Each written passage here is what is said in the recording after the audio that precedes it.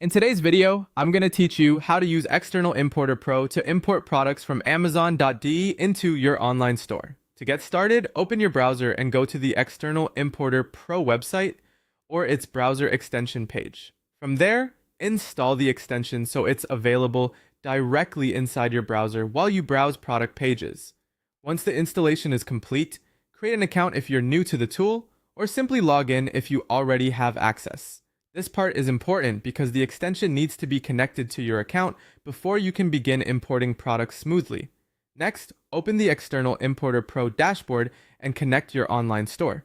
The platform supports stores such as Shopify, WooCommerce, and other compatible e-commerce platforms. Follow the setup instructions carefully to authorize access between the importer and your store. This connection allows product information to move directly into your shop without needing to copy and paste everything manually.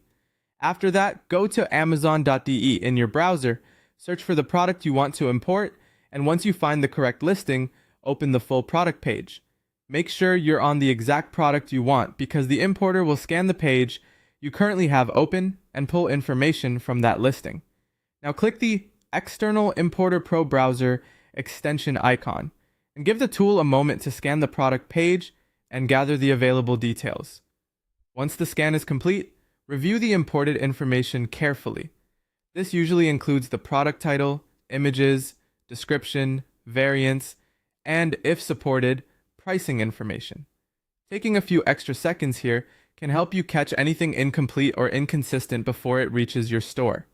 Before importing, edit the product details as needed. You can adjust the product title so it fits your brand, improve the description for clarity, and check that the images and product details look accurate. You should also set your selling price and profit margin at this stage so the product is ready for your store's pricing strategy. When everything looks good, click Import or Add Product. Then choose your destination store, confirm the import settings, and wait for the product to appear in your store dashboard.